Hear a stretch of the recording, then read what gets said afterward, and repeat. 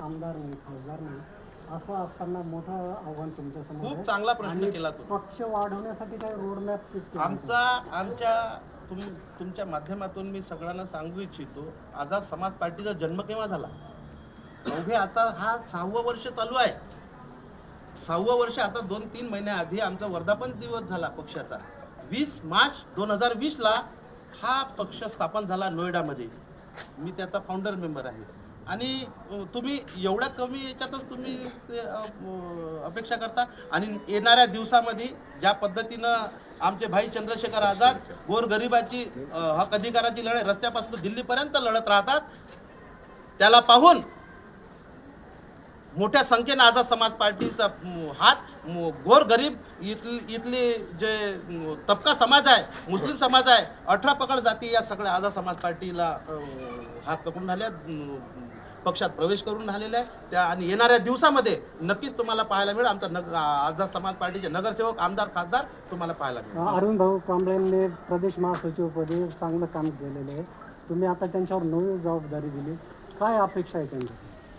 नवी तुम्हाला माहीत असेल की एखादा माणूस एखादा प्रशासनामध्ये जर चांगलं काम करत असेल तर त्याला पदोन्नती दिल्या जाते. हे त्यांच्या कामाची पावती आहे की जे याच्या आधी आम्ही त्यांना प्रदेश महासचिववरून आता महाराष्ट्र उपाध्यक्ष या पदावर नेमलेलं आहे, कारण की त्यांच्या या कामाची पावती आहे. हे पद माझ्या हाती जर याच्यापेक्षा जर जास्त असतं तर मी त्यांना ते मानधन दिलं असतं, पण माझ्या हाती एवढंच आहे म्हणून मी त्यांना हा महाराष्ट्र उपाध्यक्ष पद देऊन हा त्यांचा मानसन्मान. आपल्या पक्षातर्फे नुकतंच सामाजिक न्यायमंत्री या संभाजीनगर जिल्ह्याच्या पालकमंत्र्याच्या घरावर मोर्चा काढण्यात आला होता, पण पालकमंत्री या मोर्चाला सामोरे गेलेले, मोर्चा झडपण्याचा प्रयत्न करण्यात आला. हे बघा, काय बोध घ्यायचं? तुम्हाला सांगू इच्छितो की ये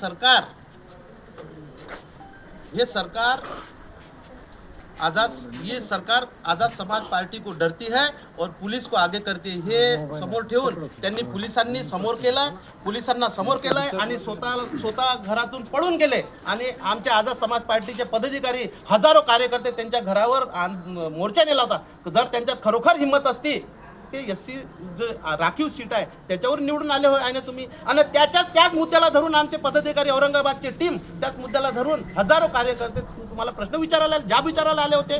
खरोखर तुमच्यात हिंमत होती असती तर तुम्ही घरी थांबला असतात आणि यांच्या प्रश्नाचे उत्तर दिला असतात. पण तसं या इथले जे समाज कल्याण मंत्री आहे शिरसाट ते त्यांच्यात हिंमत नाही आहे आणि ते पाय लावून पडून गेलेले आहे. छत्रपती संभाजीनगरमधील अनेक तरुण बेरोजगार आहेत.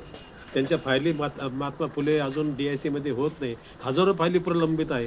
तरी अद्यापर्यंत कोणत्याच आम्ही त्याच्यावर चिंतन मंथन करू आणि या हजारो फायली आहेत या इथेच नाही पुऱ्या महाराष्ट्रामध्ये आम्ही येणाऱ्या काळामध्ये त्याच्यावर चिंतन मंथन करून मीटिंग घेऊ. आणि यांच्या जे बेरोजगार आहे या तुम्ही पाहिलं असेल, एक जर MBBS करायला 50 ते 60 लाख रुपये लागतात. हे मनवादी सरकार, गेंड्याचं कातळ्याचं सरकार, एका MBBS करायला 50 ते 60 लाख रुपये लागतात. आणि या आता ते जर एखाद्या हॉस्पिटलमध्ये जर त्यांना पगारावर ठेवायचं असेल तर त्या 25 ते 30 हजार रुपयावरून ठेवते, पगार देऊन ठेवते, मानधन ठेवते. खरोखर आम्ही यांच्या नीतीचा कडाडून जाहीर विरोध करतो. आणि हा विरोध जोपर्यंत आमचे सुशिक्षित बेरोजगार आपल्या चांगल्या पदावर जात नाही तोपर्यंत आमची हे लढाई रस्त्यावर चालू राहील. समीक्षा बैठकीनंतर जनतेला कोणता स्पष्ट इशारा देत आहे? भाऊ, आज पक्षाने आपली राज्य उपाध्यक्षपदी नियुक्ती केली, बढती झाली आहे, काय आनंद आहे आणि काय भावना आहे? आझाद समाज पार्टीच्या प्रदेश कार्यकारिणी समीक्षा बैठकीला आमच्या पक्षाचे प्रदेशचे अध्यक्ष आदरणीय मनोजी साठे यांच्या नेतृत्वामध्ये आज सर्व प्रदेश पदाधिकारी, जिल्ह्याचे पदाधिकारी यांच्या उपस्थितीमध्ये आज बैठक पार पडली.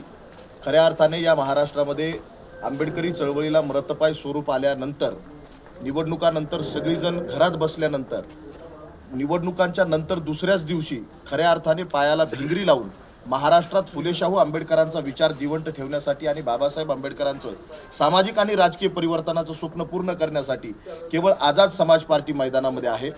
आज आमच्या सगळ्या माझ्या सोबतच्या पदाधिकाऱ्यांची, मराठवाड्यातल्या सगळ्या तमाम कार्यकर्त्यांच्या पदाची, त्यांच्या कामाची दखल घेऊन आदरणीय साहेबांनी मला आज प्रदेशचे उपाध्यक्षपदी त्या ठिकाणी त्यांची निवड केली. खऱ्या अर्थाने ही माझ्यावर फार मोठी जबाबदारी त्यांनी दिलेली आहे.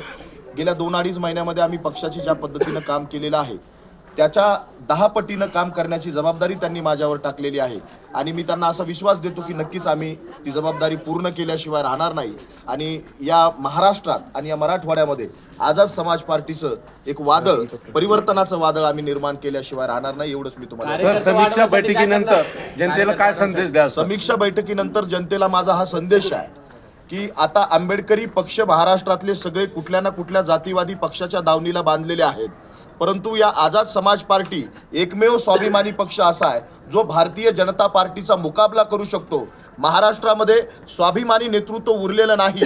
कुठलाही पक्ष तुम्ही जर बघितला, कुठला ना कुठला पक्ष प्रस्थापितांच्या दावणीला बांधलेला आहे, पण आझाद समाज पार्टी केवळ एकमेव अशी पार्टी जी स्वतंत्र पार्टी आहे आणि म्हणून या राज्यामध्ये भारतीय जनता पार्टीला जर चारी मुंड्या चित करायचं असेल आणि भारतीय जनता पार्टीचा मुकाबला करून या देशातल्या तमाम शेतकरी, शेतमजूर, बेरोजगार, विद्यार्थी आणि तमाम जाती धर्मातल्या बांधवांना जर न्याय द्यायचा असेल तर केवळ आझाद समाज पार्टी हा एकमेव पर्याय आहे. माझा जनतेला हे आव्हान आहे की भाई चंद्रशेखर आझाद रावण देशाच्या संसदेमध्ये या देशातल्या 6742 जातीतल्या माणसांची लढाई लढतात, म्हणून त्यांचा आवाज म्हणून आम्ही या महाराष्ट्रामध्ये लढतोय. आपण सर्वांनी भाईंचा आवाज मजबूत करण्यासाठी तनमन धनानं सहकार्य करावं, एवढंच मी तुम्हाला आव्हान करतो. धन्यवाद. आझाद समाज पार्टीचा भाई चंद्रशेखर आझाद मागे बढो.